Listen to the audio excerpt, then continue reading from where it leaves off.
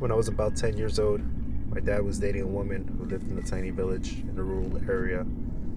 To get to her house, we would wind our way through countless narrow country lanes. Some opened up to views of farmers, fields, and some were encased in trees, creating a tunnel almost. I love those trees tunnels so much. We would drive to her house and spend the day with her. I enjoy going there because they always gave me lots of chocolates and cakes. As the days came to an end, we would say our goodbyes and start the long drive home, back through the country lanes.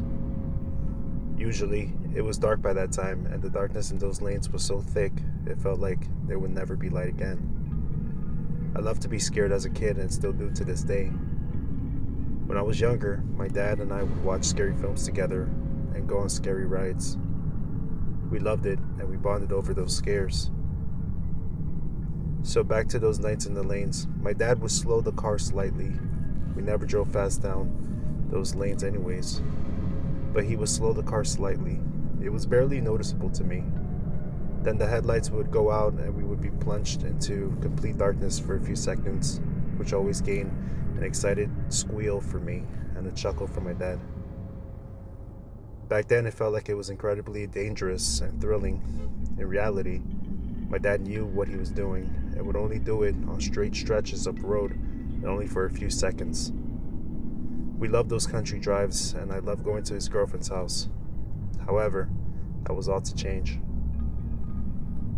On one of those drives back, my dad had plunged us into darkness a couple of times already. My heart was beating fast and I jiggled in my seat with excitement. The next time he did it, everything happened so fast. I don't know what came first.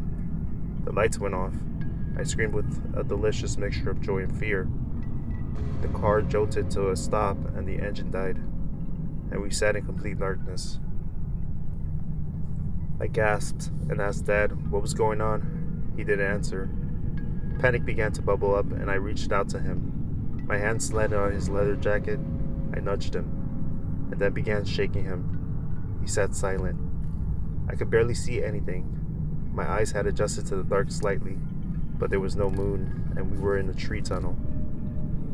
Panic overtook me and I started crying and screaming for Dad. When I heard his voice, the relief I felt was overwhelming. He asked if I saw that. Saw what? I said. I can't see anything, Dad. Turn the lights back on. I saw something before the lights went out. He seemed to be questioning himself more than telling me. He tried to start the engine, but nothing. His breathing was ragged and quick. He continued to try to start the engine over and over again. It would just grind and grind but never burst to life. He said he had a torch in the boot. He told me he would be right back. I didn't want him to leave the car. I tried pleading with him to stay and saying he would just get the car going again. He turned in his seat, trying to calm his voice, and told me we need to move. It was dangerous. If a car comes, it won't see us and could crash into us. He needed to get the torch and have a look at the engine. He told me to stay inside and wait for him. I watched his shape leave the car and heard the boot opening, rummaging in the boot and the boot closing again. I strained to see outside, but all I could see were the dark shadows of trees. I saw the shape of my dad walk to the front of the car and open the bonnet. I watched the light of the torch moving around and eventually stopping and remaining still. It illuminated the small gap at the bottom of the windscreen. I sat still, listening to Dad clunk around in the engine, a chill starting to creep into the car. I tried to calm myself down, but it didn't work. I was staring at the slitter of light at the bottom of the windscreen, willing Dad to come back. I don't know how long I sat there, but I started getting impatient and even more scared. I opened my door a crack and called Dad. Nothing. My breathing was quick and shallow. I was shivering from the cold or the fear. I don't know which. I called Dad again, louder this time. Still nothing. I scrambled out of the car, tripping over my feet, and rounded the front of the car, where Dad should have been fixing the engine. He was gone. I've never felt fear like that before or after. My mind started racing. I looked around the car, thinking he might have gone back to the boot, but he wasn't anywhere. I made my way back to the front of the car and started trying to work the torch loose from where my dad had tied it to the bonnet. With torch in hand, I scanned the area, calling out to my dad over and over, trying to calm my breath and keep the tears at bay. Nothing but trees, nothing but silence. I knew going to the tree line would be a good idea.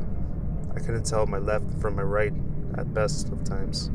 I stood at the front of the car scanning the trees and screaming for my dad.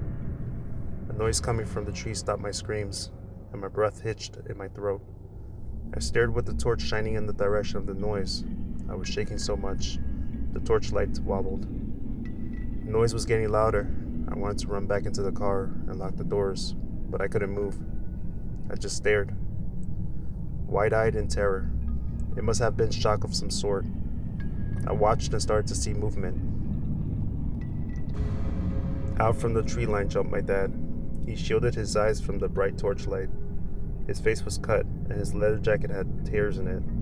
He saw me and yelled at me to get in the car. I ran into the passenger seat and sat, horrified, watching my dad slam the bonnet shut and clamber into the driver's seat, breathing heavily and shaking. He dragged the door shut and locked the door. Before I could ask him what happened, I saw it.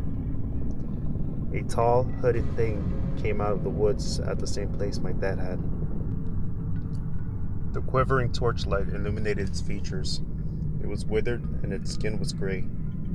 Eyes hollow, no nose, and its mouth was open in a perpetual scream. I only looked at it a second before dropping the torch and burying my face in my dad's chest, screaming and crying. His arms came around me, and there I stayed. I daren't look at it again. My dad tried in vain to start the car again. It felt like forever before it stuttered, and then thankfully roared to life. The headlights came on. My dad told me it was gone. We got out of there as quickly as possible. I cried the whole way home. I never found out what happened in those woods. My dad never spoke of that night again. Anytime I would try to talk about it, a look came over my dad and he started trembling. We never went back down that lane, and I never saw that girlfriend of his again. If we do ever drive down country lanes now, the lights stay on full beam.